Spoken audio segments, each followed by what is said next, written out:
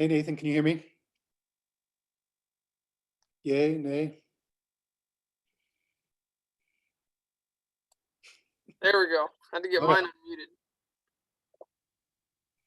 How do you set fancy backgrounds? Oh, this is Crab Creek. You can go to the little caret next to the video and it says choose virtual background. On your start stop video button? Yep, right next to the stop video, there's a little caret looking thing.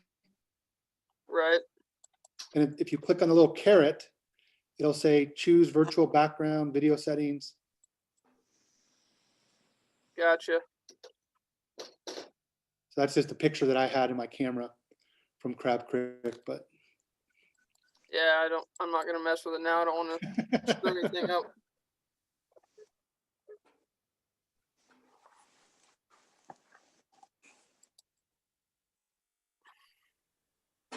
Is there a way that you can change it to where you don't have to admit everybody, where they can automatically just come in?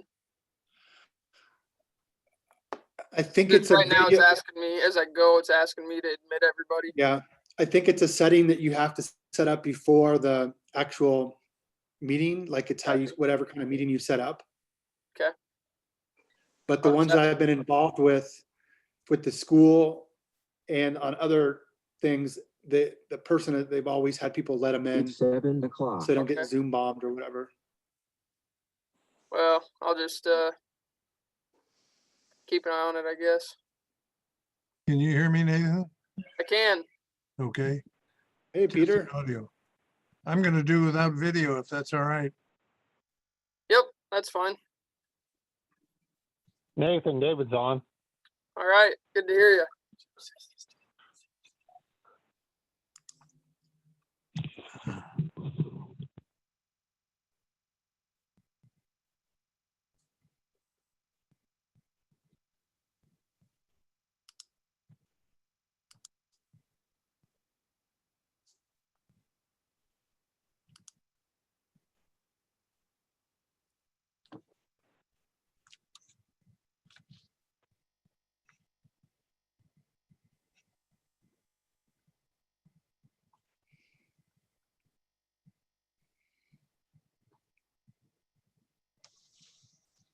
You have some fancy certificates on your wall, Nathan.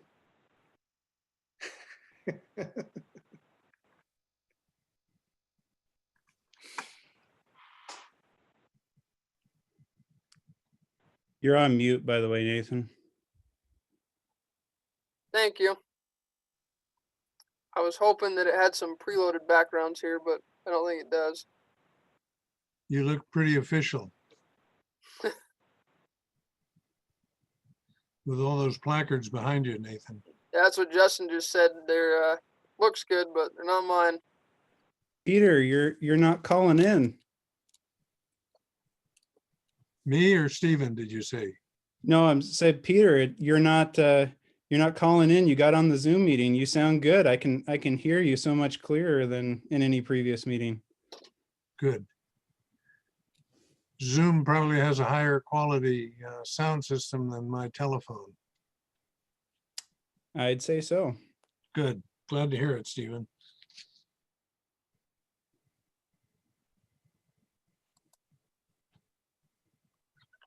Sherry, I'm not hearing you. It doesn't say that you're muted, but for some reason I'm still not hearing you. I see your mouth moving. Good enough. Here. Can you hear me, Nathan? Yep. Somebody put up a placard in front of the camera so Sherry knows she has to unmute her microphone. I think Sherry's hearing us. We're just not hearing You hear her. it, Sherry? Yep, she can hear us at least.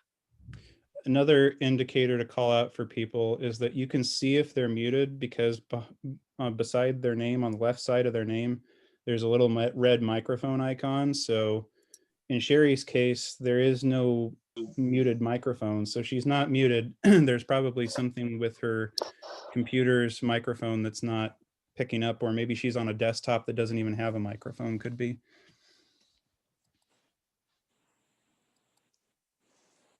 Is there no way to mute the microphone? No, there Not is. microphone, earphones, I meant. Can Oh. you cut off? You can mute your computer's audio. I Just- don't remember what computer you're using since Dad set you up with a new one, but most you on Windows you could mute your speakers or just turn your speakers off if you wanted to mute the sound. Just turn the gain down, okay.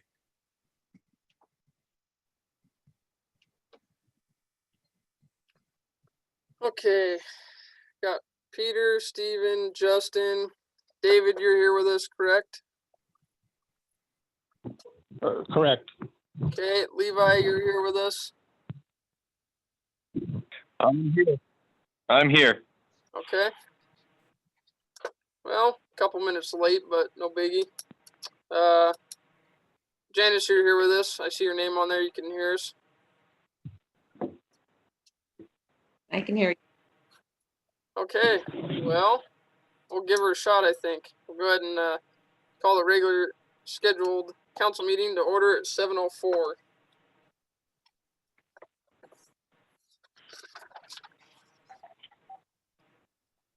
Okay, I guess if we have visitors here and they would like to state their name, we'll go ahead and do that at this time.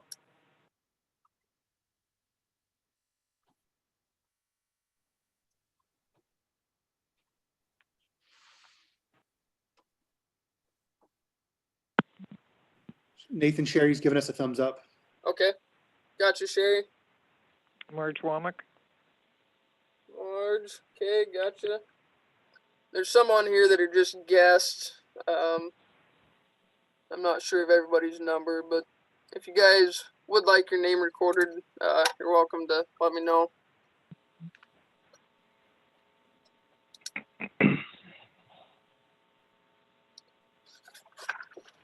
Okay, we'll get rolling. Additions to agenda. Does the council have any additions? I do, Nathan, to talk about the website stuff. Okay, And by the way, Janice, I know you asked me and gave me an additional opportunity, and then I talked to Nathan the next day and he brought up a new topic. So if you're smiling somewhere thinking, boy, he added to the agenda again, yes, I'm sorry. it's all right. Sorry, Stephen, can you repeat what you wanted added? Sorry. Discussion of the website, web hosting, email, all that whole area.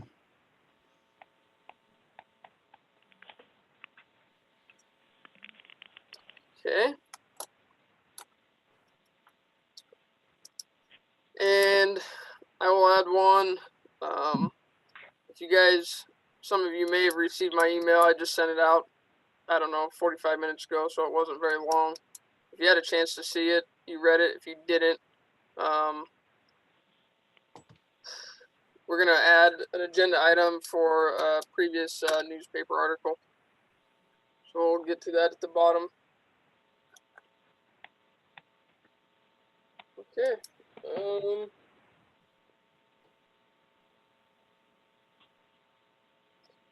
Okay, let's go ahead and move on to the approval of minutes. We've got 3 of them here from October 14th. We'll just go through them in order. So you guys should have those minutes. Any corrections on those? This is Peter. I have a question. Before my question, I'd like to preface by saying I feel the minutes and agenda have been presented marvelously well this month. They're always good, but particularly good. My compliment goes to the city clerk for such a good job, almost flawless as far as I can see. But on page 1 of the October 14th council meeting, under additions, it says the agenda was approved with added additions. Motion by Councilman Schenk. What was the motion for with regard to the agenda? Have we ever voted on an agenda before? Yes, so we will ask for additions from the council or from myself, and then we do make a motion and vote to approve the agenda going forward. But it's approved later on in the minutes here.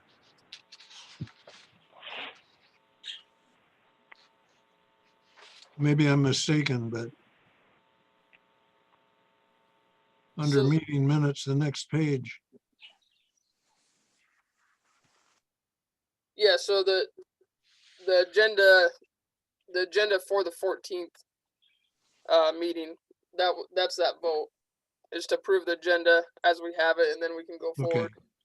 And then the meeting, under the meeting minutes, that was from the previous meeting minutes that we would approve. okay, I was a bit turned around on that point. No problem. And Nathan, this is Justin. I had just a correction on the council members. My name wasn't listed on the 14th as being present. Oh, I was present. And then, Sorry about that. that's fine. I don't know if it matters, but you're not listed there either. I mean, it says that Mayor Luck called the meeting to order, but you're not listed as a attendee. So I don't know if that matters or yeah, not. I'd have to look and see if we I think it's usually done that way, but So- we'll That's add how- it in there. And also, this is not strictly about the minutes, but for that topic, I noticed that that high-pitched whine in the cell tower is no longer happening. So just in case anyone's reviewing that, someone took care of it, whatever it was. Great. Any other, excuse me, any other corrections for the October 14th minutes?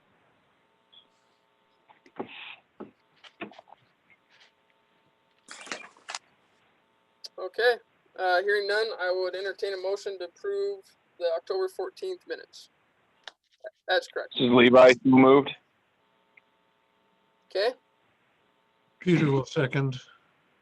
motion by Levi, seconded by Peter. Any more discussion?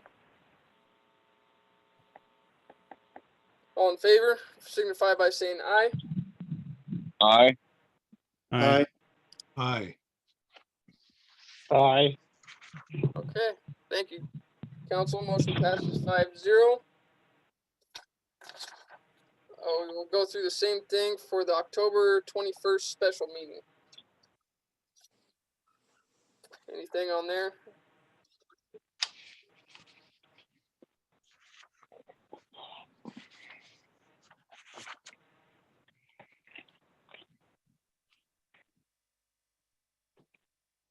No? Okay.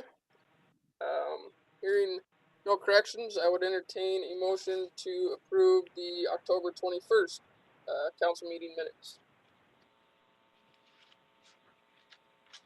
Peter so moves. Okay, This is Levi, I'll second. okay. Motion made by Peter, seconded by Levi. Any more discussion? Okay, all in favor of approving those minutes as read, signify by saying aye. Aye. Aye. Aye. Okay, thank you, council. Motion passes 5-0. Okay, one last set of minutes to go through the special meeting for October 28th. Any additions or corrections there?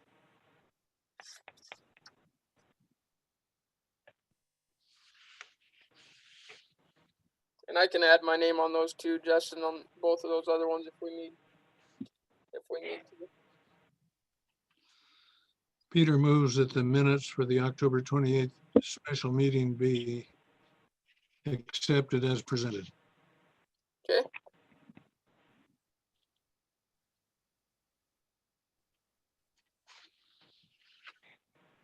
We have a motion on the floor. Does anyone second? This is Levi, I'll second. Okay.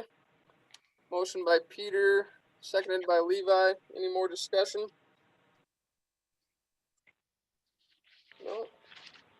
Okay, hearing none, all in favor of approving the minutes as presented, signify by saying aye. Aye. Peter says aye. Aye. Aye. Okay, Thank you, council. Motion passes 5-0.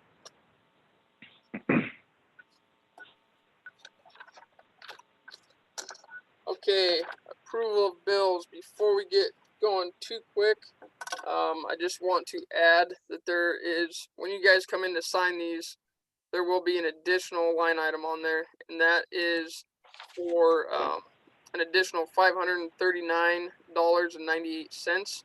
That was for 2 Microsoft Office purchases. Some of you guys might remember signing some bills that already had that. So we purchased originally 3 licenses through Office Depot, and they sent us the wrong codes. So they ended up sending us some codes to something different. So we actually returned that, and they refunded the money, and then I purchased directly through Microsoft. Same price. I just only bought 2 of them right now instead of 3. So just a heads up, you will see that. Nathan, Yeah. I think it's also relevant to note for the council, unfortunately, unless my understanding is incorrect, they credit us back to our account with them. They didn't give us actual cash back, which we'll use at Office Depot eventually. But just as far as where numbers are coming and going, it's worthy of note that I believe, unless I'm incorrect, we're not going to see any type of a return on that money. It's going to be money that does not go out for future Office Depot expenses, right? Correct. That's Janice has to do some paperwork with the Department of Commerce for that, because even we were purchasing it, but then it was going to be reimbursed, and that was in the midst of being submitted to Commerce to be reimbursed. So there's a little extra paperwork there, but Janice can fill in if I'm misspoken as well. No, you're good. But there was a little hiccup there. They sent us the wrong codes. It was for a Game Pass or something, so we ended up bagging that, and then I just purchased directly through Microsoft. So just a heads up. Any other questions going forward on the bills?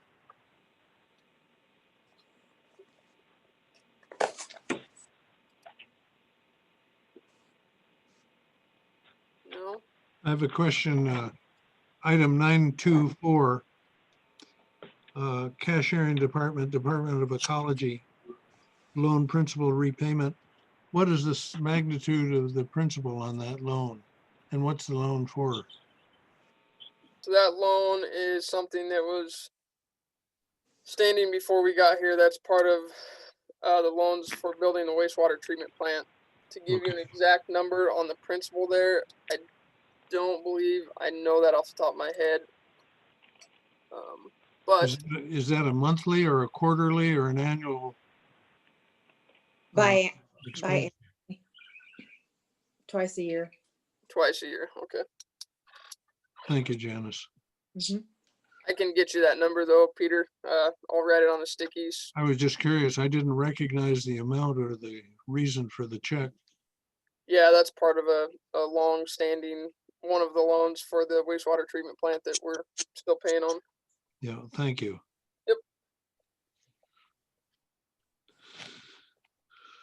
Are we doing it by document or just all together, Nathan? Either way, I feel like it's a little cleaner to do it by document if we want to go through the paid claims first and then the unpaid. Okay, then I'll wait. Okay. Any other questions on the paid claims?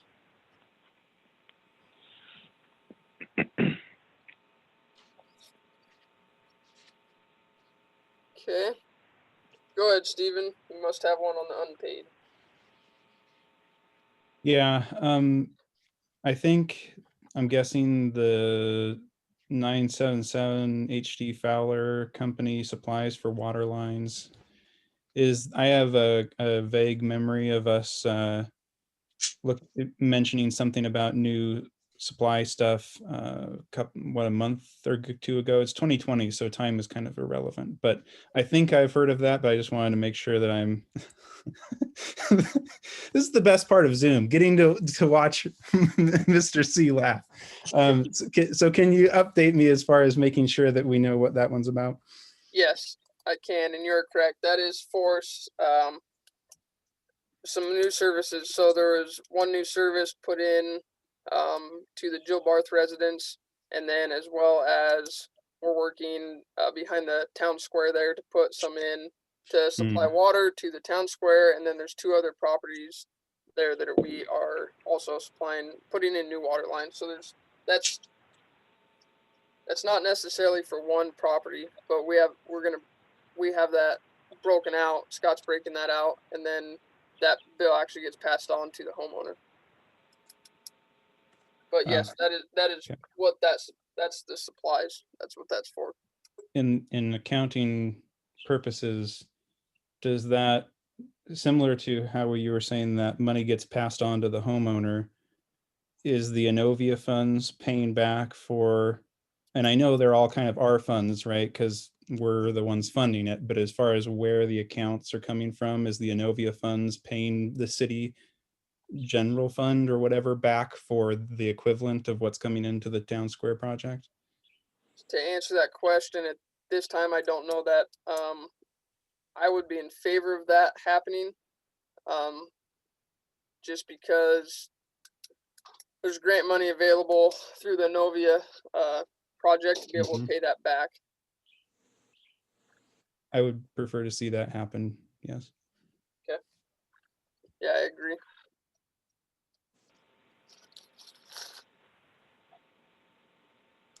Nathan, I had 2 questions when you have a chance. Yeah, go ahead. So to the last question that Peter asked about the paid claims to Department of Ecology, and the answer there was it's twice a year, but then we have on item unpaid claims number 975. So that's the same cashiering department, Department of Ecology, different amount, but also loan principal payment. So is that part of the same loan repayment? It is going the same place, but that is the second loan. Okay. So there's actually two loans through the Department of Ecology from the original construction of the wastewater treatment plant. Yep. So they are broke out separately. We were just going through this today too. So there's actually 2 different loans, and so the payment for one is for the one loan, and the second payment is for the other one.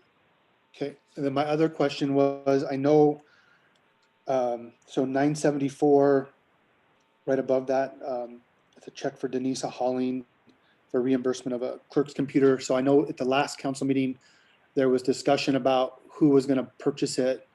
But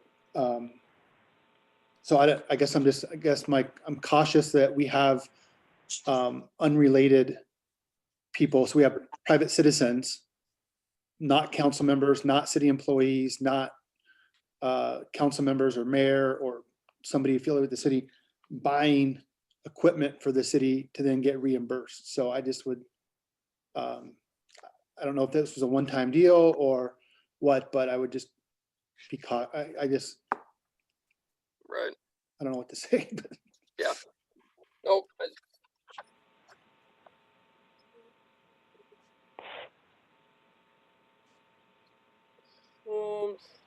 Okay. Any other questions?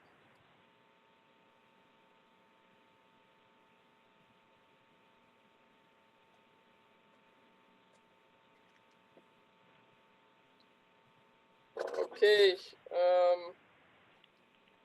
Hearing no other questions, I would entertain a motion to approve the minutes as presented. The bills. Sorry, the bills.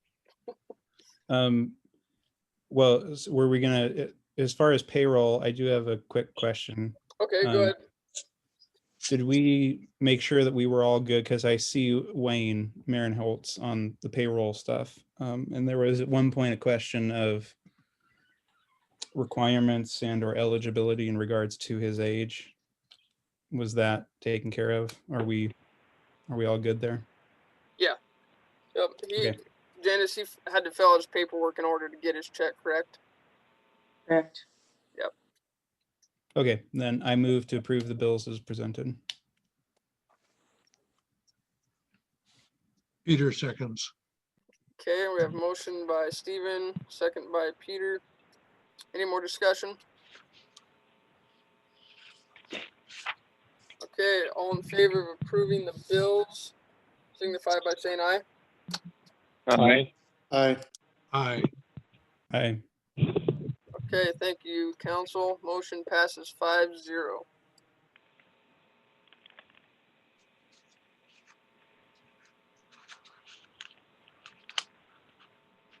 You're muted, Nathan.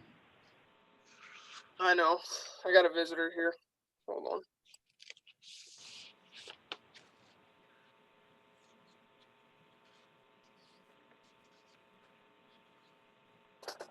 Okay, sorry guys. Okay, treasurer's report. Mike, I see that you were on here. I will let you take it away. I am on here. Hey, would you do me a big favor down at the bottom of your screen, Mr. Mayor, under screen share?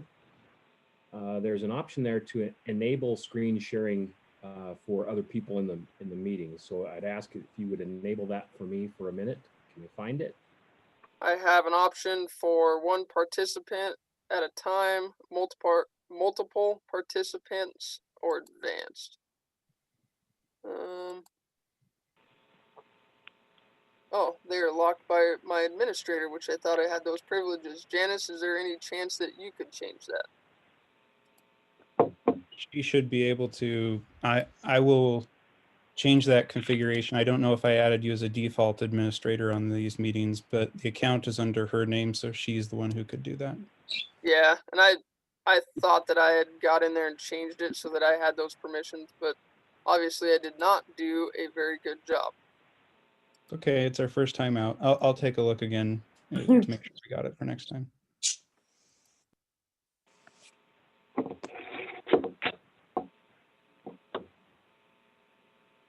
Well, in the meantime, let me just kind of go through this. Since some of us are on the phone anyway and you wouldn't be able to see it, that's fine. I did send out the October Treasurers Report actually just before the meeting tonight. There were some last minute changes that I needed to make. Just looking at different funds.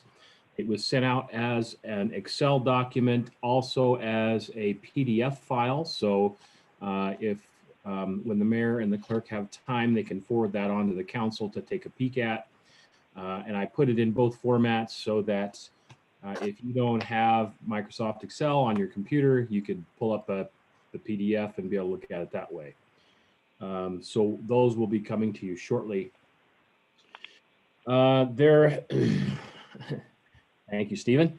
The month went well. Our funds are strong. We're doing pretty good.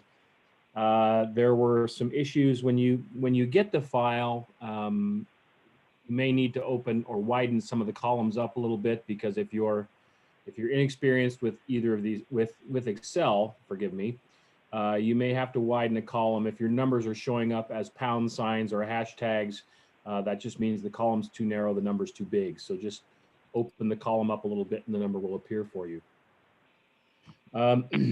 We had a large amount of bank fees this month. I want to check with US Bank to see why we were charged. We were charged $86.70 in some bank fees.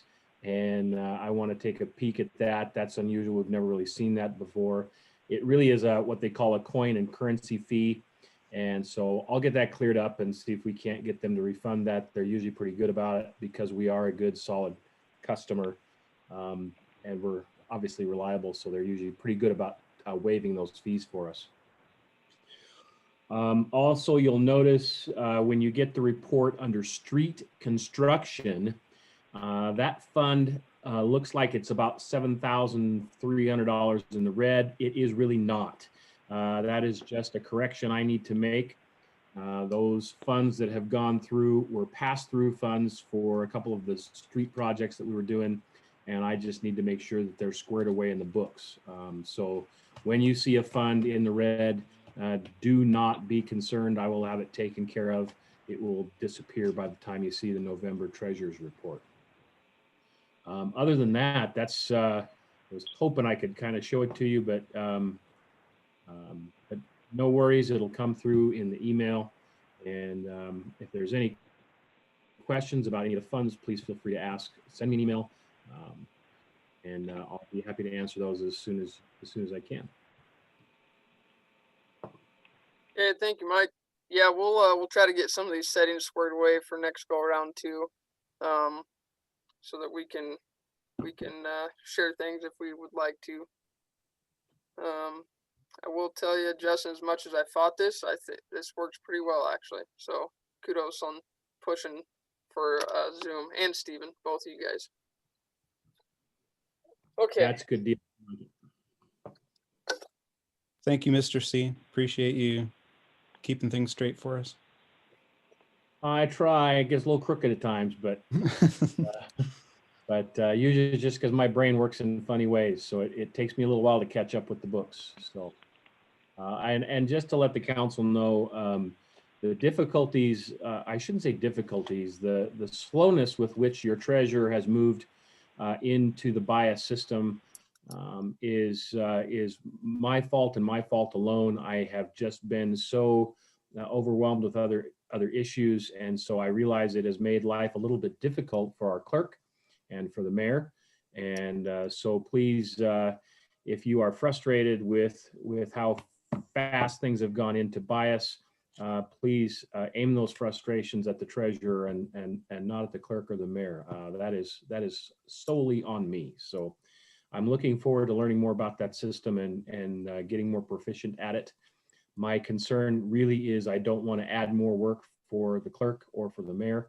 And so I'm going to learn and make it as quick and easy a transfer as I can. So again, if you have a concern, please shoot it my way and let me answer it. Thanks. Perfect. Thank you. I have a I'm pretty question. Mike. excited to see what that program can do for us once we get all our numbers in there. I'm sorry, I was talking over somebody. Go ahead, Peter. Just a question for my clarification. Do you use the same computer program that Janice is using? What program do you use for your bookkeeping? Yeah, that is a good question, Peter. What I have done is I have just continued the work that was started actually back when Tara Cronrath took over as treasurer. Everything was done basically on paper, and she transferred everything into Microsoft Excel. And Paul used it, the same Excel programs and spreadsheets Okay. when he was treasurer, and I've stayed with that. We just need to transfer everything over to Bias now. Yeah. That'll be done when I can do it. Thank you. Yep. Yeah, there's some good stuff we can do once we get all those numbers together and in bias the reports and stuff for budget, all kinds of goodies that we can play with once we get there. So I'm pretty excited. Okay, thanks, Mike. Policy handbook update. So I will start with just saying that we've met, the committee has met a couple of times. We met again yesterday evening and have a couple things that we need to discuss with the council. And since Steven is so much better at speaking publicly than I am, he is, I think, happily agreed to walk us through that. So I will yield the floor to you, Steven. That is a gracious over compliment, I think, but I will take it and run. Okay, so first to set the mood for this discussion, we are not going to be taking a vote, an official vote at the end of this. This is just basically a report out of the committee of Nathan and David and myself. And we're wanting to get the council's feel on this. So please do not feel like whatever is said today, or if we take any straw poll votes, that this is binding. But we've gone through probably about 2/3, maybe a little less than 2/3 of the document in total. We're going to be finishing up the rest of that here shortly. And we wanted to talk about the three large items that we thought are going to perhaps be the biggest sticking points from the handbook. The next point that I would call out is that we are looking on to revise currently. What we are reviewing is the handbook that was sent to us by whoever that company is that we're contracted with for this. So we are not reviewing the current handbook that is in place. That's worthy of note. In fact, I'm not sure if I've even necessarily seen a full copy of that. I know Nathan has one, and I've heard references to multiple copies. And one of the reasons why we're doing this is to get all on the same page. But to note that when we talk about like changes that we're making, it's not versus the current document, it's versus the proposed document as sent to us.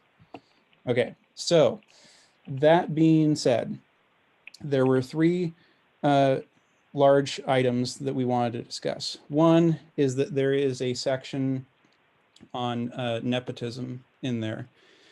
And it has a number of restrictions. For the sake of time, I mean, if anyone requests specifically, I can read the section as it was sent to us. But in general, it's basically, the intentions of it, I think, are very good. However, because there's a couple of provisions that like there cannot be, the city cannot have an employee that's related to a council member, and various other things that make it quite difficult. And as we were reviewing this, I noted that I don't know if this language was taken forward from a previous handbook or whether this was something that the company added in for our good, but it would have been a problem between Mr. Cronrath and his wife when Tara was the treasurer and he was on council. And to me, I don't think that Harrington is necessarily large enough to afford itself the luxury that we're always going to be able to just say, you know, that would be a really great fit, but we just can't do that because you guys are related. I think there's, yeah, let me finish my statement, Justin, and I'll let you speak there. But the overall, what we had discussed is the committee was to remove the nepotism section. So that is the report out from the committee. However, as I was thinking about it more today, and I tried to get a hold of Nathan, and I didn't get to getting a hold of David. So I'm saying this less as a member of the committee because I just gave you the report out of what the committee discussed on that matter. But as a city councilman, I almost think a better revision is to say something very simple, that if there is a relationship of, say, cousin or closer, that any employees hired would have to be approved by the city council. That way we don't have something set in stone that we just can't do it according to our handbook, but there is a little bit of accountability there. The other danger is that if we try and word this and try and say, well, we'll allow this, but not that, and this, but not that, we could spend a lot of time burning on trying to find language that allows us to do everything that we want to do with that type of a problem and nothing that shouldn't happen. So I'll pause with that. Justin, you were going to say something? I just had a point of clarification, I guess. The situation you just referenced, I don't think falls into that because both of those people were elected officials. The treasurer is an elected position and a council member is an elected position. So if that was your sole basis for removing it, I would probably ask for reconsideration on that recommendation, just because even though the council does not get paid right now, but in the past they have, but I wouldn't consider them employees of the city. And the same with the treasurer is also an elected position. So just, again, a point of clarification. That's true. I guess I knew that, but I was not thinking of that and I didn't come up in our discussions. So that's a good call out. I would still personally, and I'll let the other committee members speak for themselves, I would prefer to see it simplified, that instead of trying to call out a lot of specifics, that we just let it fall back on the council to decide yay or nay.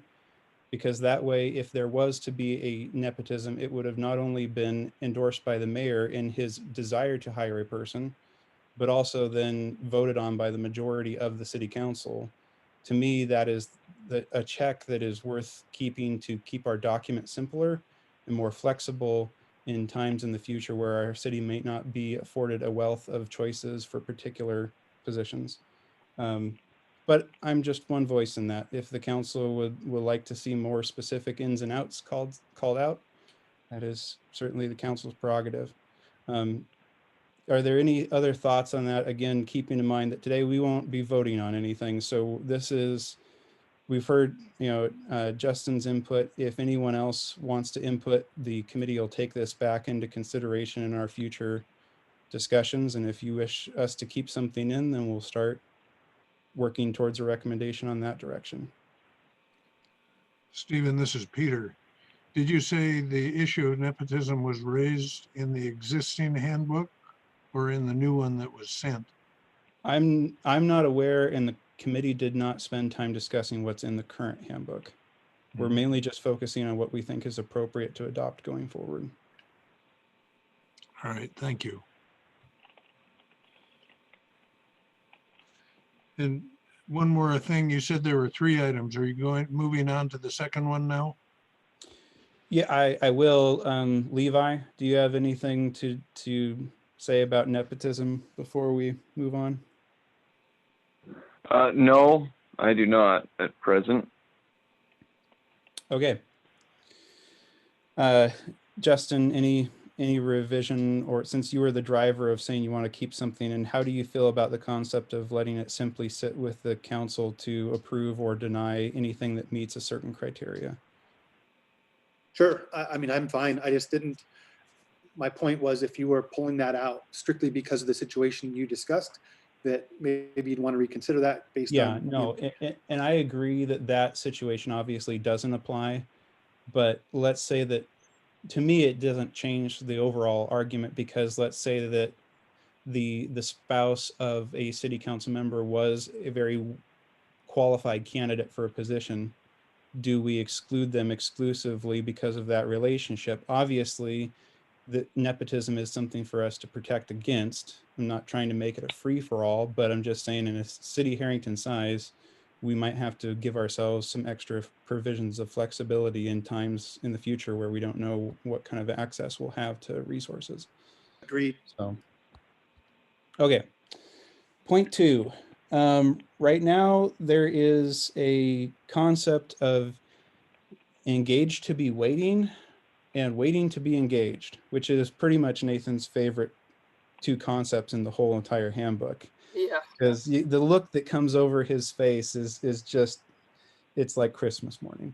So basically right now it's a very complicated multi-option way of saying what happens if we know that there's going to be something going on and we need access to employees after hours in a we'll talk about this. There's 2 subpoints to this. There's a non-emergency situation that say, if something's happening on Saturday, these are not your normal hours, we need availability from you. Okay, so a non-emergency planned situation, that's one consideration. The other is, what do we do in situations where, like on Sunday, there was an instance where a sewer in town backed up. And what do we do in situations when we have to call an emergency after hours situation? So let's talk about that one first. Obviously, that's not going away, or our intent is not to propose that it would. There was a question of what's the minimum callback time. And it was the feeling of the committee that it is only appropriate that if you impose upon an employee's time to come in an emergency, that they are due a certain amount of consideration by default, because you don't call someone, say, hey, we need you as you're sitting down for dinner, and we're going to pay you for a grand total of 15 or 20 minutes. So while it is certainly debatable as to the amount, the committee would like to suggest that a minimum callback time is 2 hours. And that past 2 hours, there is no rounding. So in other words, at least that's the terminology I put it in. There's probably a more official terminology, but to say that it took an employee 3 hours and 5 minutes, that doesn't become 4 hours. Just past the minimum of 2 hours, it's at the time. And so you're guaranteed that if you are disturbed, you're going to get paid at least whatever your hourly rate is times 2. So that, and I'll say the other one as far as the planned thing, and I'll ask for your feedback on that. So we just discussed the non-planned emergency situation. In the planned non-emergency situation, instead of having this engaged to be waiting and waiting to be engaged, which have 2 different rates, and there's different requirements set forth in the handbook that if you're engaged to be waiting, you can do this, or if you're waiting to be engaged, you can do that. In one situation, you can drink alcohol, and the other you can't, and that's very complex in my personal opinion.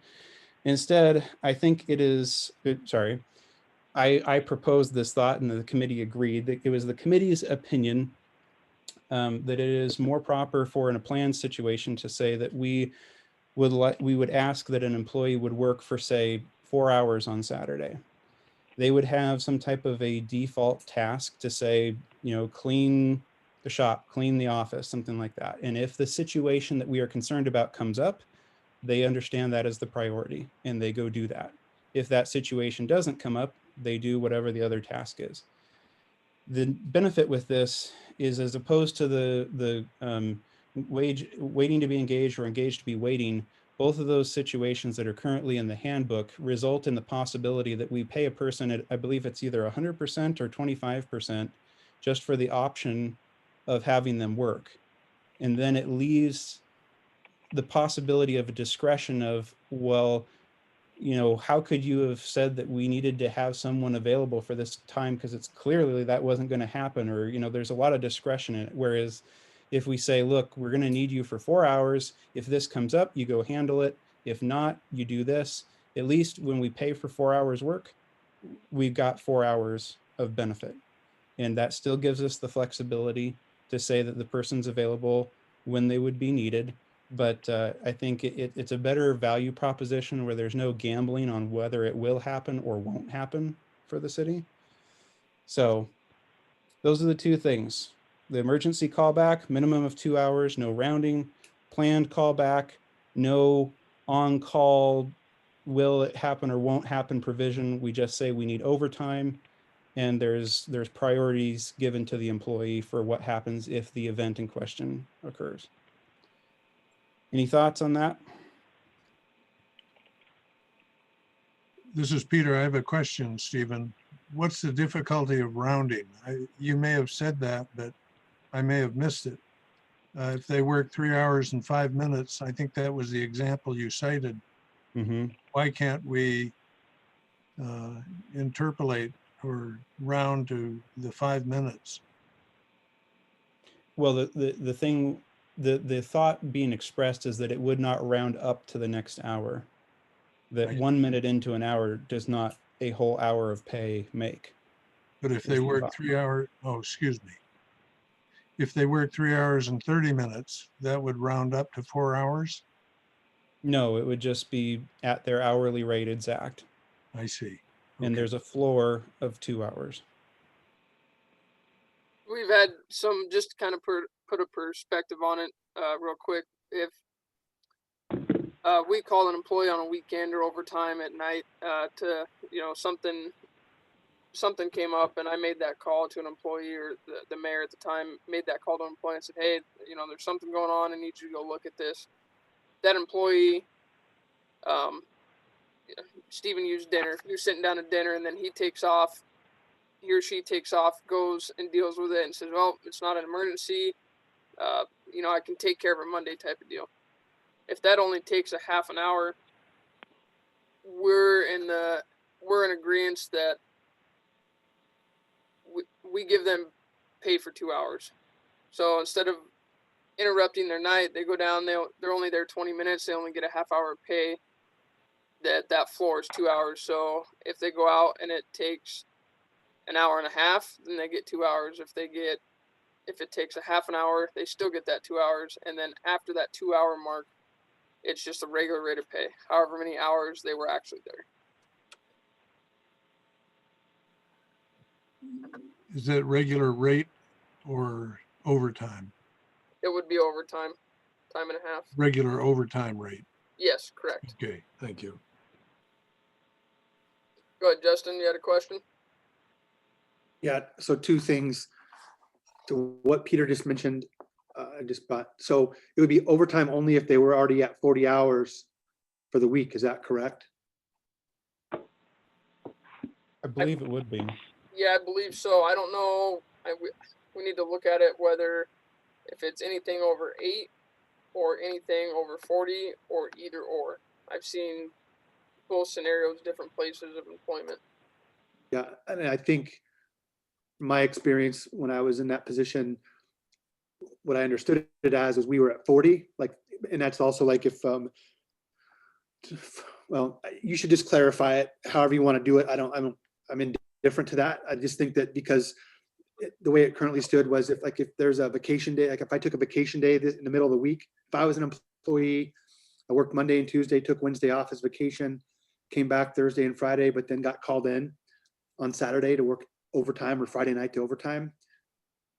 We had to look it up. It wasn't because they didn't work 40 hours that week, even though they got paid. Right. So I would just, as you guys go through this or whatever, just make sure those things are spelled out. So the interpretation is, it's not really interpretation. It's cut and dry. Anyone can look at it and make that call as you guys see fit. Yep. But that was just there. My other question, I guess, or maybe help me understand, Stephen mentioned in his presentation, like, I guess I'm assuming it was like if you're on call. So he said something that's a difference between paying 25% of the wage or paying the full wage. So is that what that meant? Like if you're on call, we would pay, like, I know different example, but one of the EMTs works in Davenport, right? And she's on call. She gets paid like $2 an hour when she's on call, even if she doesn't go in. Is that what you guys were referring to in that scenario? When he referenced like, 25% is, if I remember correct, it's waiting to be engaged. yeah, okay, And so there's on a more call. permissive thing. And then the other, when it's paid 100%, is engaged to be waiting, where you get paid 100%, but you don't have to do any work.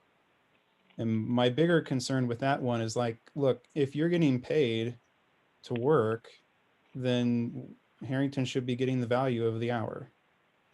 So to me personally, the engaged to be waiting really needs to go away, because we don't have the luxury to pay people for time that we don't get work out of. The waiting to be engaged at 25%, I think, is a little bit more debatable, but why we landed on the recommendation to remove both of them and just strictly have overtime was the feeling that, and I guess this is informed by the discussion of 2 new council members and a relatively new mayor. So Justin, you may have a different input on this as a former mayor, but we were looking at the examples that had come up, and Nathan was thinking through things and thought, in general, it seems like this is something that can be managed by either emergency callback situations, which we're not getting rid of, or if there is anything planful, we can say that we're going to take that investment of time a little bit more seriously by saying we're doing 4 hours overtime this week because we know there's this risk. But we do know at the very least that we'll get 4 hours of work for it. And so we think we can still manage all the situations, but it makes a clearer accountability for taxpayer funds by doing it that way.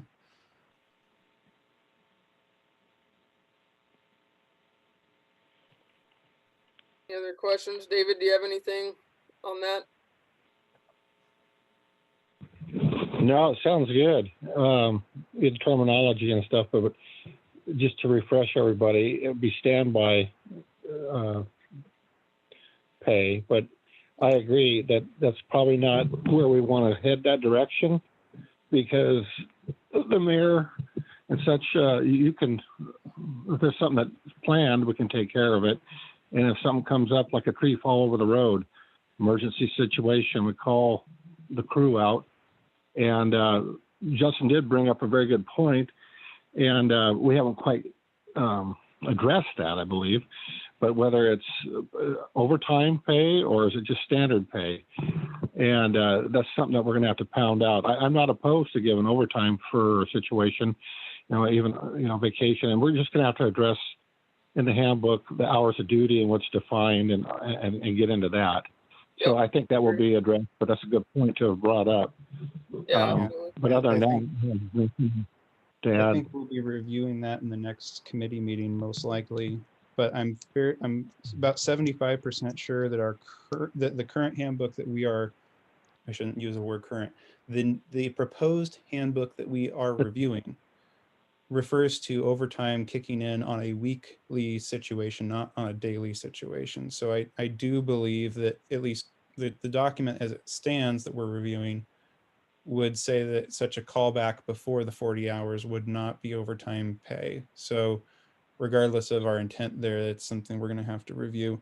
The other thing that is, I think, of note that we had discussed, committee, this wouldn't have been yesterday, but in our meeting before, was that only the mayor can trigger these situations. That an employee could not determine an emergency situation or a planned overtime for themselves. So Right. just Question, this is Peter. Can the mayor pro tem not trigger the situation? Just, well, if the mayor is out, I believe the procedure is if the mayor is not in the ability to act in his or her capacity, that all of the mayor's discretion becomes to the pro tem. okay. Yep, correct. And that would fall on the mayor to allow that knowledge to the pro tem, whether they would or would not be available. Justin? I would just to that point too, maybe say the mayor or an appointee, whether that's the pro tem or, because same thing, if the mayor and the mayor pro tem are both going to be out, for instance, for a week at the same time, to be able to have the flexibility to say an appointee, you know, or Sure. somebody appointed by. So you can do that. There's some flexibility there, but I mean, just like you said, though, it's not meant to have the employee make up that make that call themselves or be able to derive that decision without some other input. So we all good to discuss the big last one, a grand so. finale. All right, leave. So there's a lot of text in here about leave, and as you may have already caught wind, that as we sit down to review a well over 100-page document for a handbook, the committee feels like this is far too extensive of a handbook for a city Harrington size. So while we are looking to be mindful in how we reduce, we are looking to try and simplify language wherever possible, because there are a lot of little provisions. And so we've been looking for how we can hopefully simplify and especially clarify, as there were some questions recently about leave and how that works for city employees. So there's a couple things, and the committee has two proposals. And so it's for council, and I will ask all council members to give their opinion on this, because this will probably give our direction of which option we go forward in trying to craft into what we would actually put into the vote.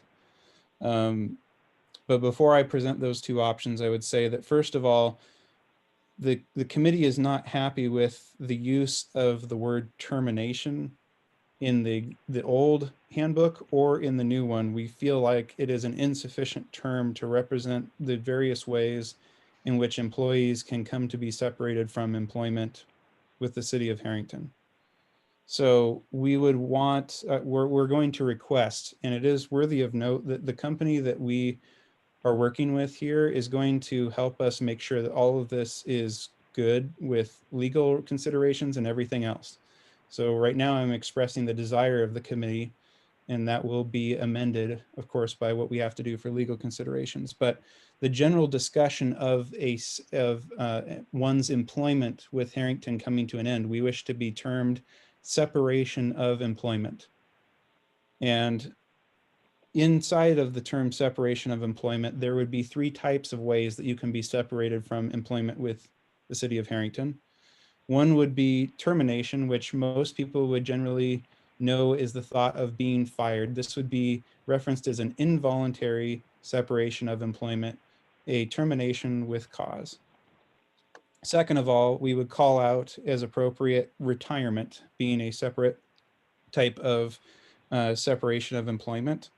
And then thirdly, a voluntary separation of employment, because we feel like those three situations are distinct. And right now, the language in the old handbook and the one that we are looking at right now is not very clear on what type of a separation is actually being discussed in various circumstances. So we're trying to take some lessons from recent questions about Harrington's leave policy, and to make sure that we know how those terms are applicable.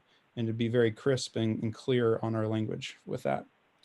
So that being said, two options that we would like to propose to the council. The first option would be that we would take the current maximum carryover of hours year to year down from 120 to 80. Of note, any employees for whom this would be a problem would get a payout to make this all good. So no one would lose hours into the vacuum of space. They would get paid out for them as we would reduce down to an 80-hour carryover. There would be an accrual. And to be clear on this terminology, it would be not only accruing in that the more years you are employed with Harrington, the more time off you get. It would be accruing year over year, but it would also be accruing per paycheck, per pay period, that you would get so many hours of time off per paycheck that you work. So it would be a paycheck accrual and a 10-year accrual of year over year. And that is similar to what we have now. Currently there's a pay schedule of accrual that's very weird, that has some the math is very strange as far as it's not regular periods that go forward. So we would try and keep everything the same, but to make the numbers not make you want to pull out a calculator. But it would be pretty much the same thing. We just adjust the math a little bit here or there, just to make it easier for people to understand. And then lastly, with that first option, the payout scenarios would be thus. If there is an involuntary termination with cause, there would be no payout of leave. Now, I should clarify, we have not gotten to the point of discussing sick leave yet. So please, council, keep in mind that right now we are just talking about time off leave. Sick leave we will come with separate proposals after we discuss that section in more depth. But involuntary termination would not receive a payout. Retirement would receive a payout. And as far as voluntary separation, we put this to the council without a recommendation as to whether there would be a payout or not, because there was some degree of disagreement within the committee as to what the city should do in that type of a situation. So again, option one, we reduce the total carryover of hours year over year from 120 to 80, paying out any employees that are over 80 now, or who would be over 80 at the end of a year. It would have roughly the same accrual procedures as what we have now. We would just adjust the table so that it's not so complex. We would pay out for retirement. We would not pay out for termination, involuntary termination. And we leave it to the council to decide whether we would pay out for voluntary separation or not. That is option one. Option two, and then I'll ask each council member for their inputs. Option two is to move to a use it or lose it type leave situation. So what would happen is you would still accrue more time off year over year. So you get more time off for working for Harrington 5 years than you do in your first year, right? So that part of it doesn't change. The year over year accrual schedule for tenure still stays the same as it is now. However, what would happen is that you would get half of all of your hours for the year in January 1st. You would get the other half of your hours for the year on July 1st. There would be no inter-year accrual, so you would not have to wait for each paycheck to get more hours. And there would be no payouts in any situation, except as this change goes into effect, those who do have carryover hours would be paid out to bring them into alignment with this. Just like in the other scenario, I said that when we reduce from 120 down to 80, we would pay out to make that right with the current employees. Similarly, as we would make this change, people would get paid out at that point in time. So this is use it or lose it, no carryovers, 2 dumps, one in January 1st, one in July 1st. One of the benefits of this, I think, to employees is that you don't have to worry about, like in the beginning of the year, If you want to take time off in the beginning of the year for which you have not accrued those hours yet, it gives you more flexibility to be able to take off time throughout the year evenly. And the lack of a carryover is to encourage the employees to use a benefit that is for their mental health. That is the primary purpose is not to have it serve, at least in my opinion. Other council members and even committee members may view it differently, but the city provides this benefit for the overall health of the employee, not as an additional financial compensation. So by not paying out, it is encouraging the employees to use the benefit to keep them healthy. So those are the two options: use it or lose it, or just some minor tweaks over what we have now, changing the carryover, the payout, and the accrual slightly. Justin. So I had a question on your option 1. So the payout, well, so the accrual, I guess at the end of the year, you would pay out any unused vacation time? Up to the 80 hours? No, the payouts would only happen at separation of employment. There's no payout at the end of the year. Okay, so one of the things that I would say that needs to be considered in that scenario is when I only know this from doing the annual report, is we have a thing in there that talks about long-term liabilities. And in this specific question, we say we don't have any carryover like that. So we don't have to track it, I guess, as a long-term liability to the city. Like if somebody has, say they've worked here for 10 years and they haven't used their vacation, or they've only used half of it, and all of a sudden now they have 400 hours.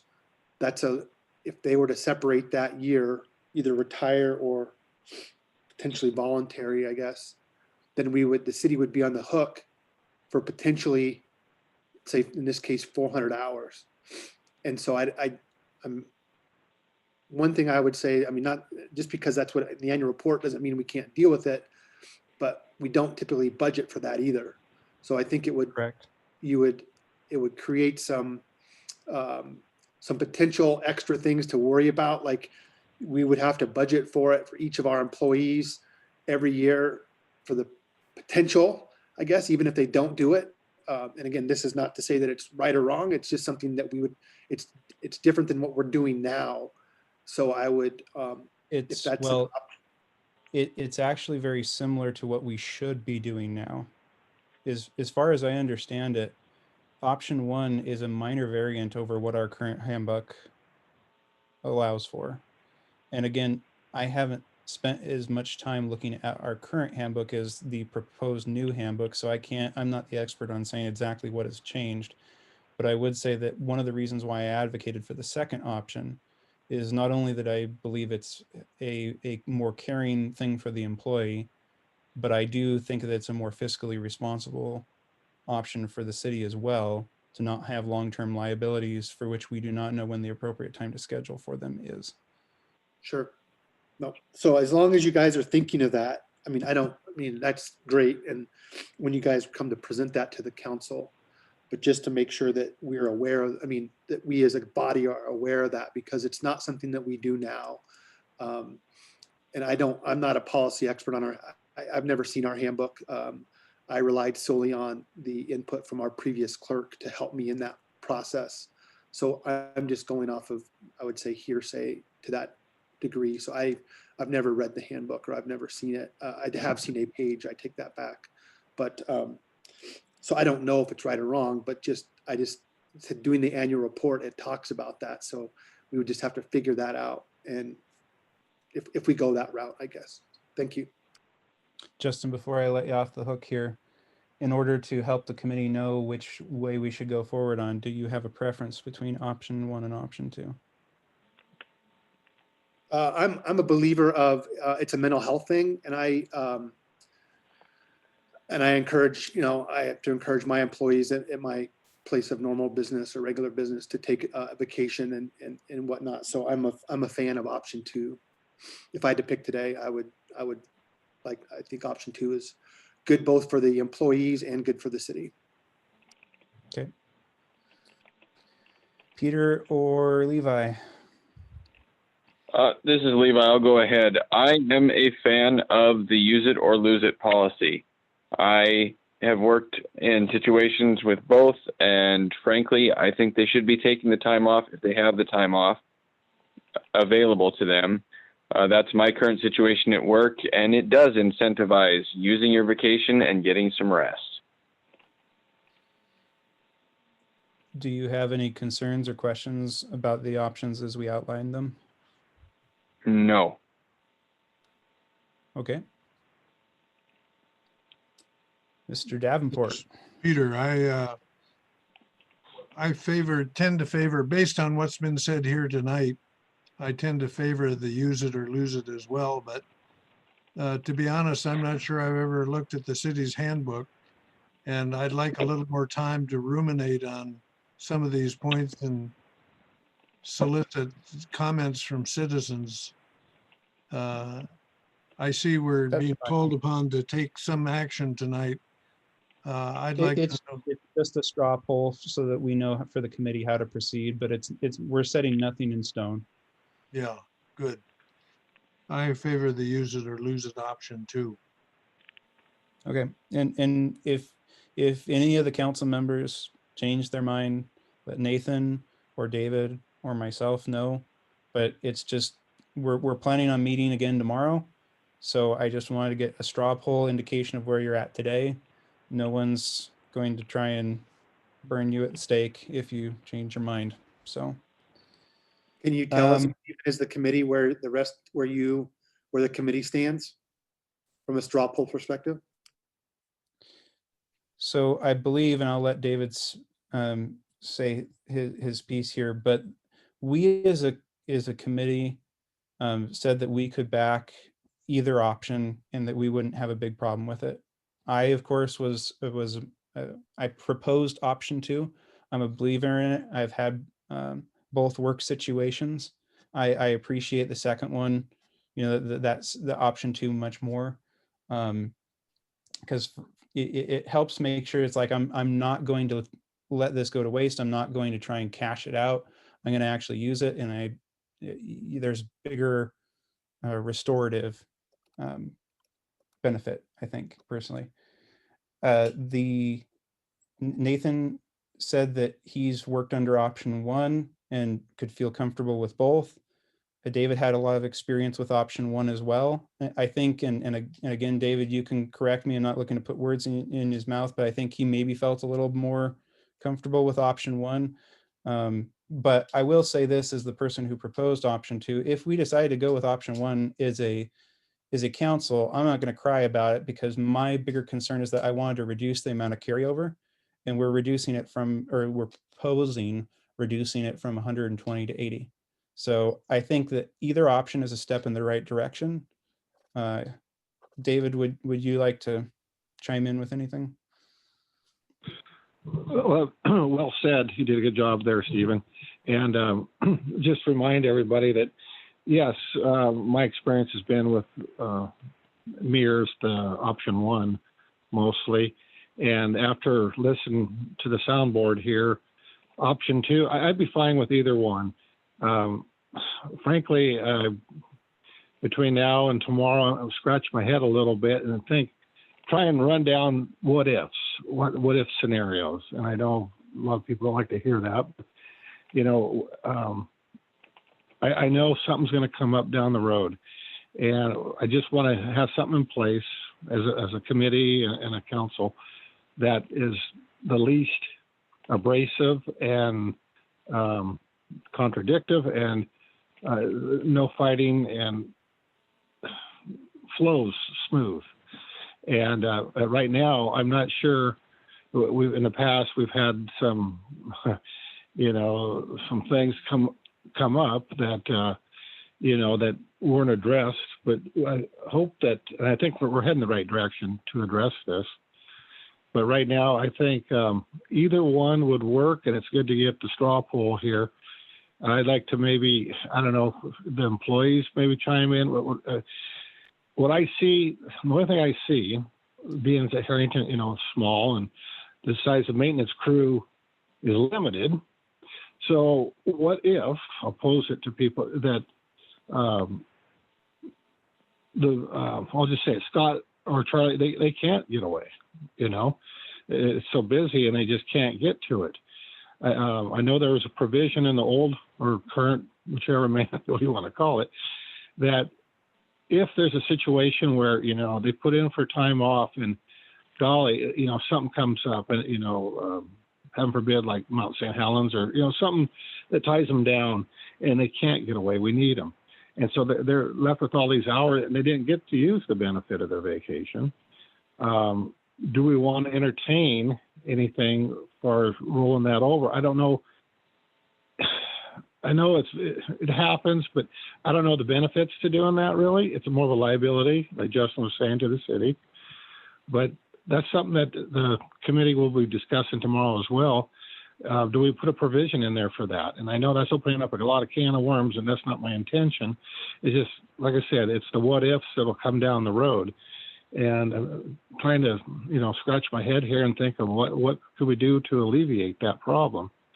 But either one, I think we could live with. But I would like to have some input from some of the employees, you know, just thoughts. But ultimately, it's our decision, and I want to make it right with them as well, and clean things up. So other than that, I have nothing really to say. I know I opened up a can of worms here, but it's something that's food for thought that we must think about. And I guess we'll have more input, you know, going into it as time permits, you know, going forward. And but either one, I guess would I'd be fine with either one. So I'll yield the floor, and thanks for your time. Yep, I know we're going to discuss more. I think it sounds like our takeaway is that we will back burner, though that is not to say we will eliminate option one, but we will back burner discussion of option one, and we will spend our time exploring option two a little bit more in depth and see if we see problems there, and to flesh out that proposal for what we will eventually vote on. I think that's it, Nathan. Okay, well, thank you for doing all the fancy words and talking. I appreciate that. I think we definitely made some headway. Question, Nathan. Yeah, go ahead. What committee is it that's working on this? I don't know what committee these gentlemen are members of. I've forgotten. This would be, community relations. And second question, if I may, please. Has the Committee on Community Relations polled any of our current employees to solicit their thoughts? I don't Is that officially it? at a meeting, at a committee meeting, I don't believe so. I don't know if they have outside of the city hall. Okay, thank you.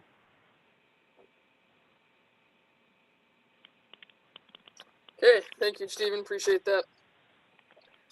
Good work, Stephen. Okay. Not just me. Thank David too, and Nathan. All right, moving down the agenda, tax levy update. So we have, as a city, an option to levy 1% a year. So Justin maybe can explain this better, and maybe he can use words. I won't make him explain it, but we are allowed to levy up to 1% additional each year. That time is coming up pretty quick.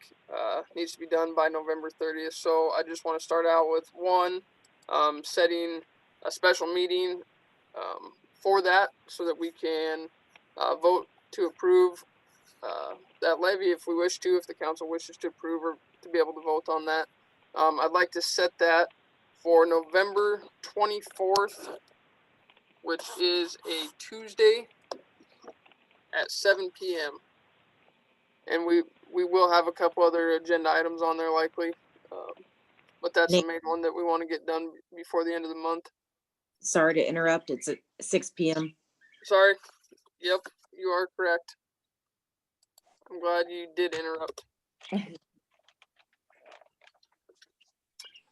And I know we went through this, the same thing with Justin and I did with the fire department the other night. As it's been explained to me, if you can propose less than a 1% increase. However, as I understand it, if you do that, if you propose less than 1% increase, then you lose the ability to ever levy an additional 1%.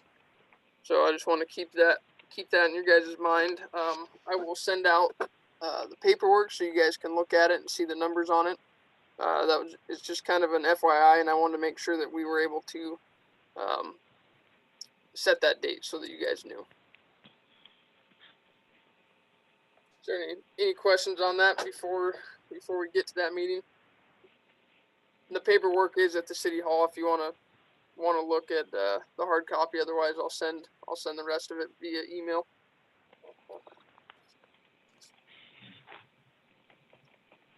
Hey, Nathan. Yeah. So I'll just add that this is basically a standard procedure, something we've done every year. Every year that I've been on the council, when I was the mayor, it's something that it's an opportunity for us to do that. And like Nathan said, if we don't do it, we can never get it back. So we can't make it up. I don't know, Nathan, you'll have to clarify if we can't raise it 1% next time, but if we only raise it 0.5% this year, we can't raise it 1.5% next year to make up that difference. So it's kind of a use it or lose it thing. It is one of our biggest sources of funding for the city. And it's kind of like I just saw that Davenport did it. It was in the newspaper, I believe, last week. That they also did that. Like Nathan said, the fire district does it. It's kind of the way the tax system, property tax system works in the state of Washington. That's kind of the only option. So I think basically for smaller cities or smaller agencies or entities, I think you'll always see that annual increase that they do.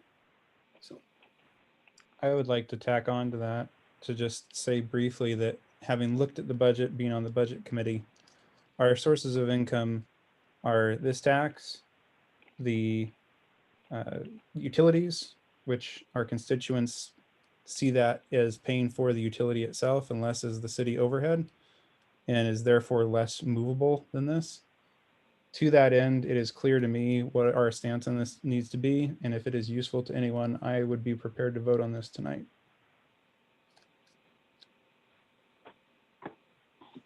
Yeah, we can. Well,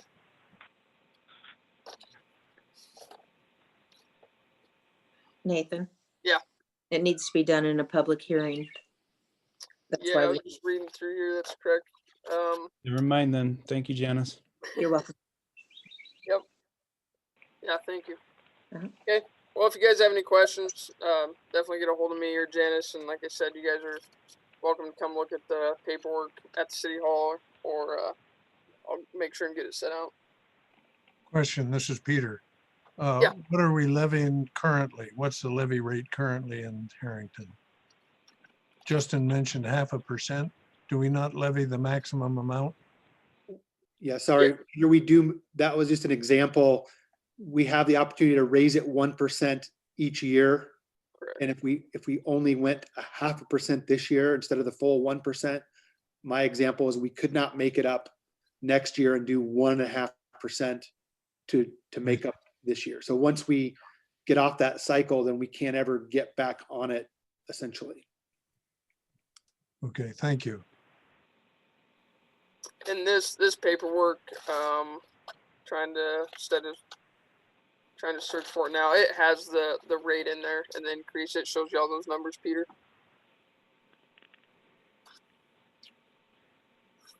Okay, moving on. Another just FYI, we have propane tank for the McGregor building on there. You guys remember when we went through that some time ago?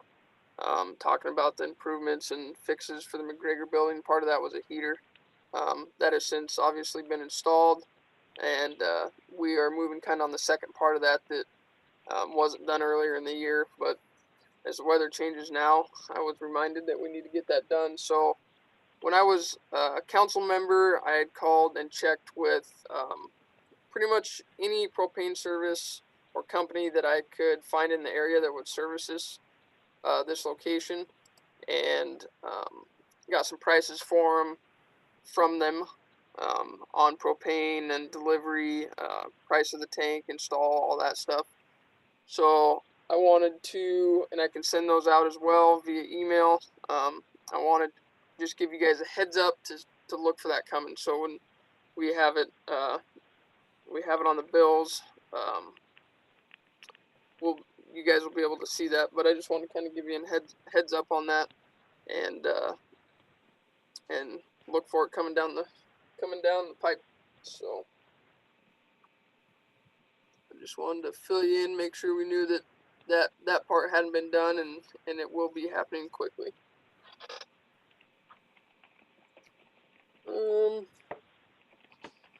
Lions Club storage options.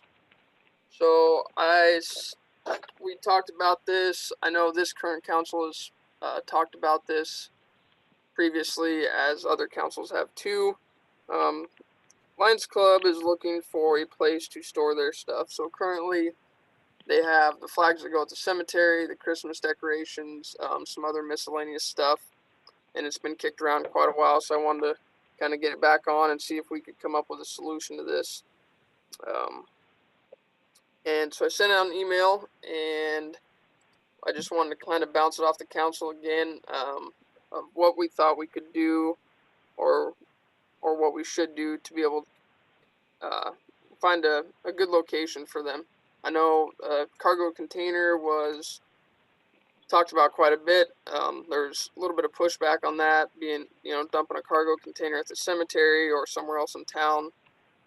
But I kind of wanted to open the floor to get your guys' opinions for locations for the Lions Club to store their equipment.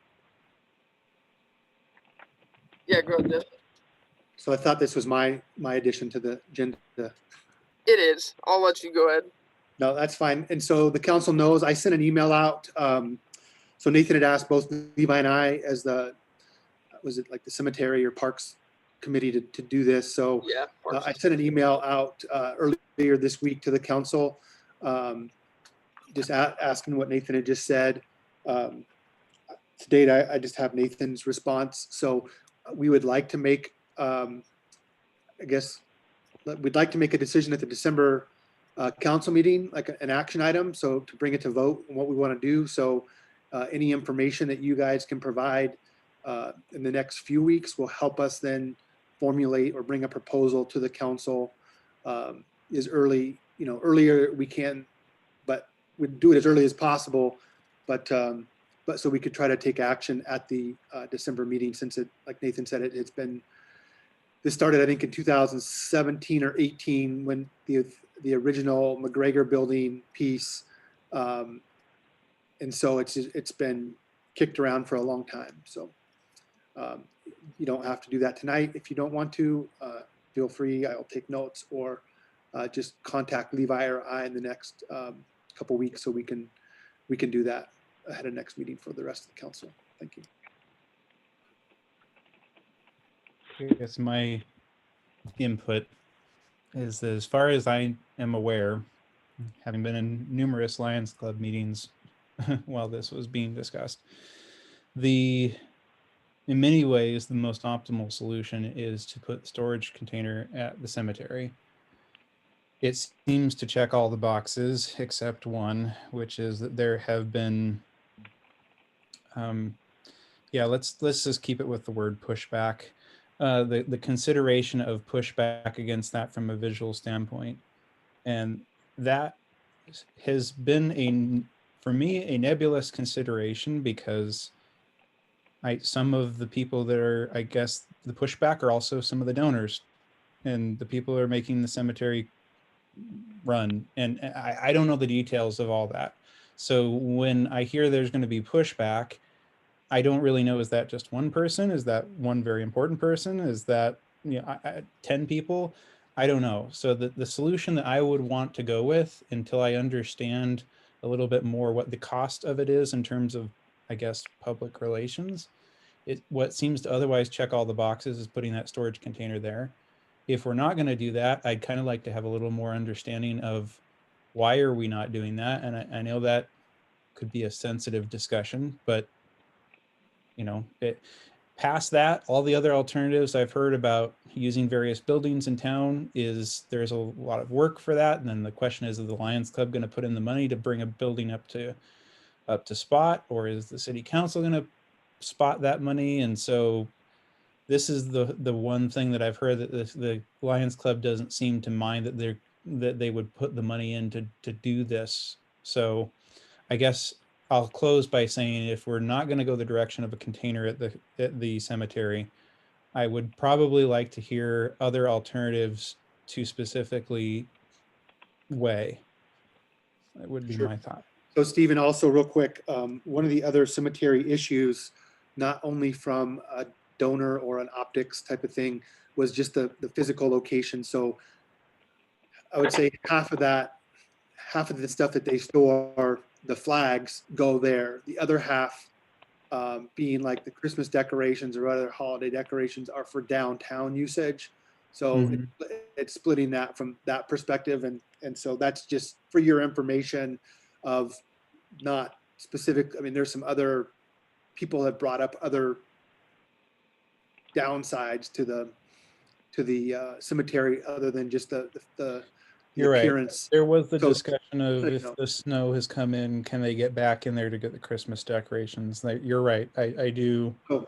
I do take back what I said. I do remember that. It's okay. Just I do think that the other thing that it checks a little bit of the box for is the current building that's at the back of it. If city council members have not looked at that building recently, you should look at that building. It is in sorry state. And I think it should be taken down, and that we should put this would be something to put in its place. Maybe you could find ways of making the storage box look a little bit better by putting something on it, or we could ask the Lions Club to kind of put kind of a facade on it or something so that it doesn't look like a storage box or something. I don't know, but to kill two birds with one stone, to put a new storage container back there that can be used for this purpose, and to get rid of a building that could even possibly be a safety consideration if kids were playing around in it or on it or something. It would be wise for the city to consider doing two things at once here, in my opinion. Stephen, this is Peter. You're talking about the building currently on the cemetery? Yes. I have a question. I don't know what the building is called. It's a city building down by the recycling bins where the fire engines have been stored. Is there any reason that can't be used by the Lions? Is that a possibility? Currently, right now, Peter, the antique fire truck is in there. So it has been our plan for the last 2 years to sell that truck. So if we do sell that truck, that building would be more accessible for that use. But until, I would say, the other two buildings that I think that I mentioned that the city has that could potentially use is the old fire hall down by the shop, has some bays there, and that fire truck, I guess, could technically be moved there. And then I think that's called the state shed down by the recycle area, that could also be used. But we'd have to, until we sell that old fire truck, the antique fire truck, we have to have a place to store that. So I know previous times when this originally first came up, the two building options that the city had talked about that we currently, well, three besides the cemetery, was walling off one of the bays at the old fire hall by the recycling center to have the Lions use that. That was, I think, where a big thing was going until the McGregor building had come up, and there was consideration for the city moving out there which would open more of this up. But so the two buildings that had been previously discussed as viable options were that state shed by the green waste, or one of the bays in the existing fire hall, the old fire hall by the recycling center. Okay, thank you. Jeez. Hey, Nathan, this is David. I got a question. Yeah, go ahead.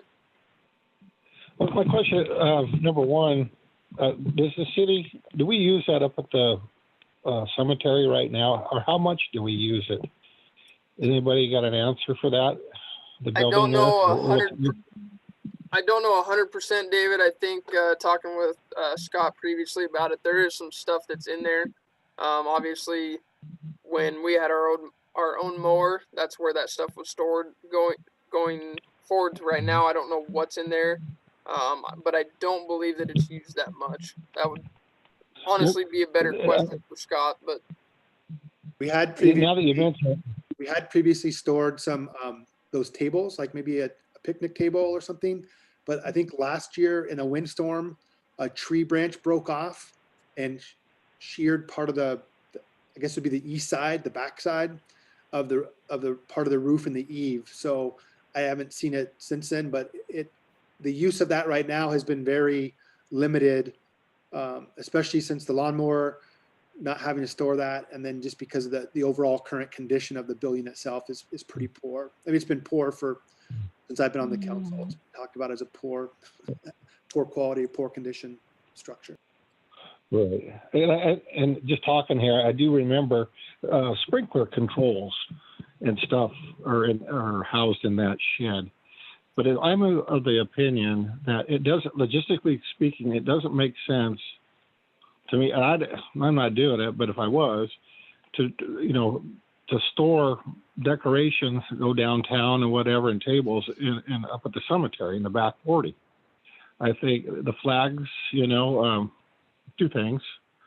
If we need to build a shed, I kind of addressed that before, and I think Justin, you'd looked into it with the answer, how much it would cost, or have instead of a barn raising or building. I think we could pretty much muster up enough to put another shed up there and plan for the future and store the flags there. But I'm kind of opposed to build anything that would. The storage containers are nice. They're dirt and mouse free and all that. But how do we incorporate the sprinkler? We still have to deal with that, the controls. And then like downtown, that stuff should be localized. I mean, it doesn't make sense to haul a bunch of, crepes of stuff all over Creation. I mean, that gets old for our maintenance crew and whomever, volunteers.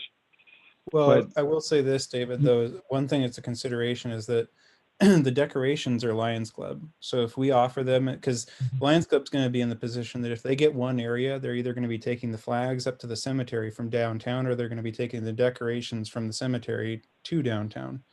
So either way you slice it, something's going to have to move a little bit more. And so I'm not saying that your consideration is bad, but I would say there's a difference between the considerations that the city has for its own employees and its own business, and then the Lions Club, if we say this is what we're willing to do, and then they have to move around the Christmas decorations, that's kind of their problem. I agree. Yeah, I agree. I got a quick question, and I should know the answer to this, but behind the Memorial Hall and behind, the business, the coffee shop and such, that area, isn't there room back there for a storage container? Wasn't there an old shed back there at one time? I don't know what's currently there, and I should know the answer to that, and I apologize, but is there any room to put a container back there, or the Lions Club issue to solve that? Your thoughts? I don't know. I haven't driven back there in a long time, so I don't know if that old building and stuff is still there, or who owns that, if it's city property, or what's going on. But as far as the old fire station down here, it's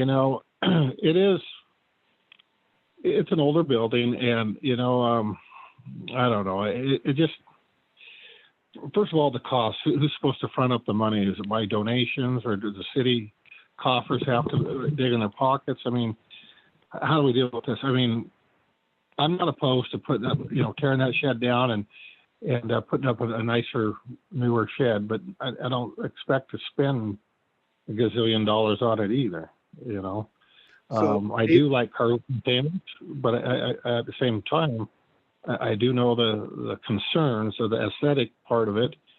And that's why it's kind of maybe looking for another place that, if possible, downtown, put that stuff. And we work on getting a shed up there. This is probably the wrong time of year to start tearing stuff up and building, but it is the time of need. So I don't know. I'll shut up. I'll yield.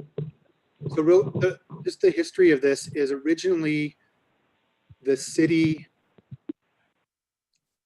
So originally the Lions Club came to the city because the Lions Club right now stores their flags and decorations in City Hall. There's an agreement for that or whatever. So then the Lions Club told the city, hey, we have some money. We'll help you guys rebuild that cemetery building. And that maybe we'll expand it to be twice as big. You guys have half and we have half, and we'll pay for part of that or a chunk of that, like to make it. They were kind of donating there as a community resource, again, because of the partnership that they have had with the city for so long. And then that's when the McGregor building came up, and the Lions Club, members of the Lions Club helped grease the skids on that deal for McGregor to sell to the city at actually originally the price was supposed to be $20,000 and they reduced it to $10,000. The Lions Club members individually as people that, knew McGregor's and talked to them about that and said, hey, this is for the city. So really the city doesn't have an obligation. They don't have a written obligation to the Lions Club, but it's kind of in good faith. The Lions Club's been trying to do something for the city, and they were willing to help pay for this originally. And then the city ended up getting the McGregor building, but we ended up leasing it out and not using it as a shop. So the Lions Club helped us, but still then didn't get their problem still wasn't solved. And so I know earlier this year they talked about, at a meeting, they brought it up about, what can they do? Is the city available? Like how do we restart this basically? So it's really, there's a lot of, let's say, technically there's a lot of options, like they're open to a lot of things. And again, the Lions Club was willing originally to pay for, they have money, even if they're going to buy, say, if they're going to buy a storage container, like they would pay for that, but obviously they don't own any land. So then it would have to figure out to go back then to be put on probably city property. And then what's, aesthetically, what's the best place for that? They've talked about down by, it is an option. So that's what's kind of, I guess that's some of the history there. Like because some people have said, well, why do we care about the Lions Club? Well, they're the ones that originally, we already have an agreement with them or whatever, but they have to go down, flight of stairs in the basement of the city hall to do this. And it's just not as convenient, I guess. And if there's some different options. So we don't have to still even do anything now. So it's more of something, I think it would be a good gesture, like a good partnership. The Lions Club has done, obviously hundreds of things or thousands of things great for the city over the years. And so it's more of, I guess, in that context. So I would just say maybe what I'll do too, and if we can try to move on from this, but I can reach out to you guys. I've got some information here. Levi and I can meet or connect with each other, talk with Scott, see about some basic costs again, and then bring that back to the council for more either discussion or potential proposed, hopefully action at the next meeting if they're ready for that. So thank you.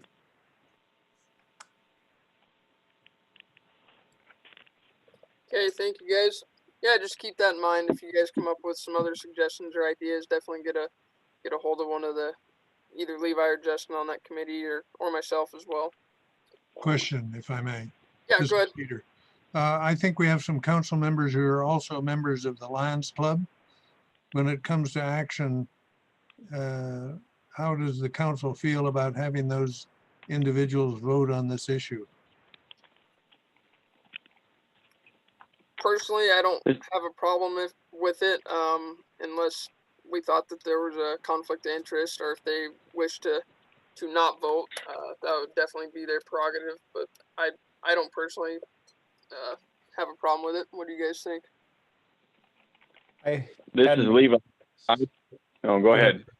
No, go for it, Levi. I don't have a problem with it at all. As far as I see it, the Lions Club has done a lot to help the city. This is just the city and the Lions Club trying to work together to make this work. I don't see that it will cause a problem in any way at all. Okay. So I believe the two members for which it is a concern are Justin and myself, and Nathan is a Lion, but he doesn't have a vote in this as mayor. I hadn't considered it, though I probably should have. I will consider it going forward. However, I will say here, if anyone asks me to recuse myself from the vote, I will. Yeah, thank you. By the way, just a comment, I agree with Levi's comments. I'm not a member of the Lions, but I support them. They've done some marvelous and continue to do some marvelous things for our town. I would just leave you with my opinion is we should do everything in our power to accommodate them and support their effort. I know it's well thought out. Okay, thank you, Peter. Okay, we have 2 agenda items here. Steven, you wanted to add some website stuff is what I wrote down. So I'll give the at floor this to you. point, I think I'll hold that to the December meeting. Okay, we're gonna take that off of there. Nathan, Peter Yeah. again.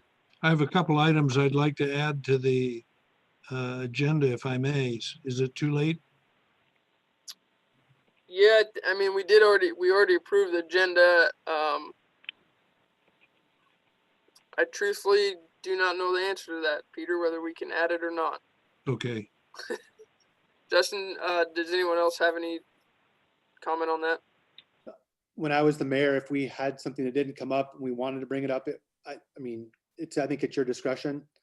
But I would remind people, it sounds like we're meeting on the 24th now also as well. So Yes. Yeah. could I can do possibly it. address things there. I can do it via email too. Okay. Thank you. Alrighty, well, let's keep with that. Just because like I said, to be honest with you, I'm not entirely sure on if we can or can't. But yeah, if we can wait on that, then we'll go ahead. Okay. So Steven's gonna wait. We had another addition to the agenda. First off, I guess, was everybody able to obtain a copy of the email or the attachment that I sent earlier? I know, Peter, you have a physical copy. Levi, you have a physical copy as well. Yeah, I do have a copy. Yes. David, I received your email. Okay. I got it. Okay. So let me get to it here. Okay, there we go. So I want to run through this real quick. We've had some conflict of, I guess, opinions on part of an article that was read. So you guys that have it via email, it's the 3rd column over at the bottom. You guys have the hard copy. You guys, I think it's highlighted for you. There was a wording in there from an article that's just a difference of opinion on it. So what I want to ask from you guys real quick is there's no action on it. There's just an opinion. If you guys would read that section down at the bottom there. It's about 1, 2, 3, 4, 5, starts about 5 lines up.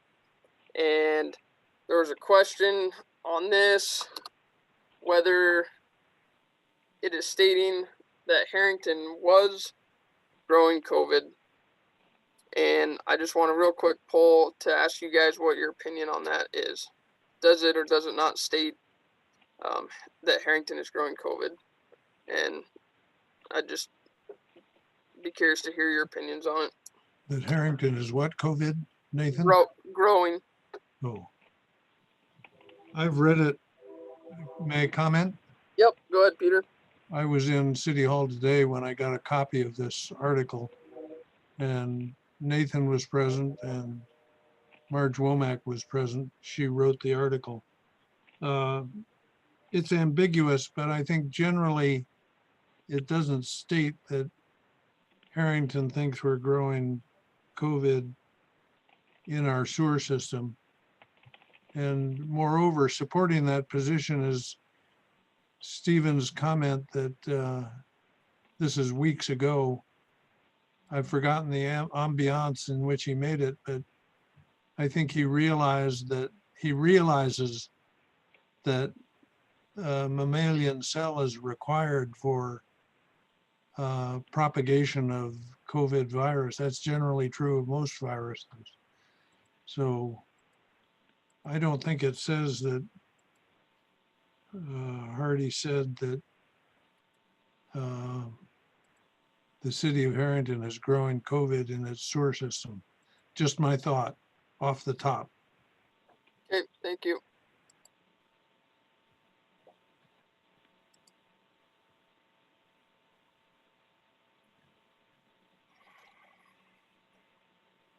Does anyone else have any comments or opinions or thoughts on it?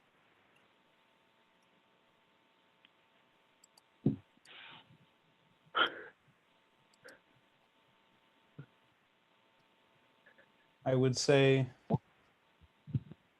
that coming out of the discussion that we had, what was it, our last official meeting, that I do not think that the statements made by Council Member Slack on the matter were inappropriate concerns, given the possibility of misinterpretation of what was written in the article. Okay. Thanks, Stephen. David, Levi. You guys have anything? Just say Nathan, quick. I resonate with Councilman Davenport, pretty much leaning that way. Well, what I'm reading, what was sent, I personally don't take it that the city is growing it. I know there might be some misinterpretations and a lot of things said, but from what I'm seeing so far and what we listened to, although I didn't get to listen to the whole minutes and everything, but I would, at this point, your question, does it look like that article says that? I would say no, it's not suggesting it at all. Okay, thank you, David. Levi, do you have any input? Just that it does not say that the city is growing COVID, true, but I would say that it is a misrepresentation of what Stephen did say. Okay, thank you.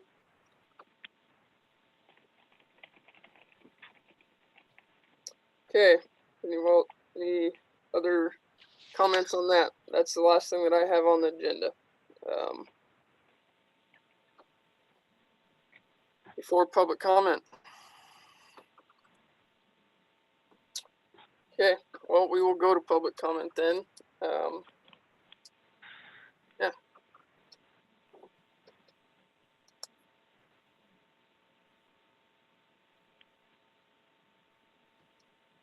I do have a question in public comment. Does since I didn't hear anything else, does anyone have any comments on the Zoom stuff or how we presented the login information for the Zoom call? Since this is our first one, is there any feedback on that?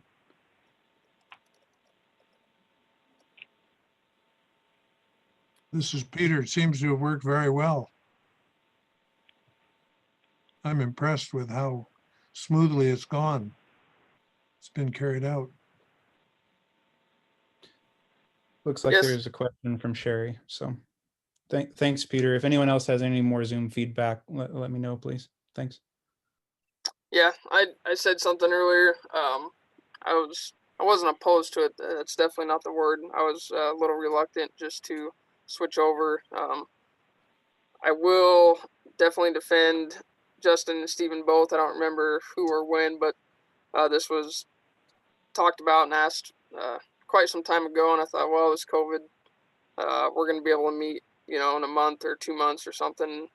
Well, after about 6 months of that, I realized that wasn't going to happen. So I applaud you guys for pushing forward and putting a little pressure on me to get it done. So I think it worked pretty well. I think it's a pretty handy tool. Sherry has a question. Public hearing to review the 2021 budget. Yes, that is correct. I planned and could only have hoped to review that tonight. We got a little bit of work to do on it yet, so that will be one of the agenda items on the 24th. Absolutely.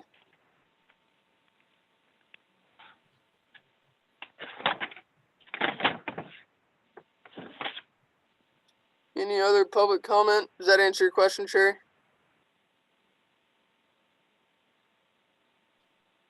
Okay, perfect.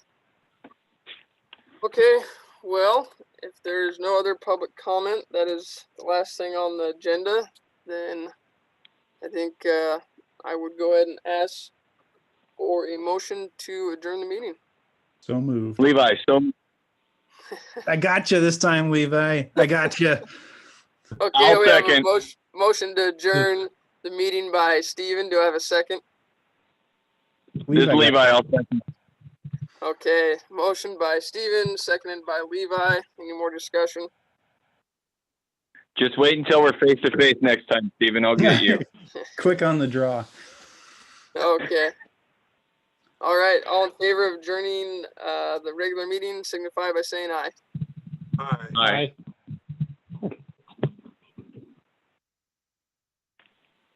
I heard Levi and Steven. Peter says aye. Peter says Justin aye. raised his hand and said aye. Okay. All righty. Thank you, guys. See you guys. Bye. Good meeting.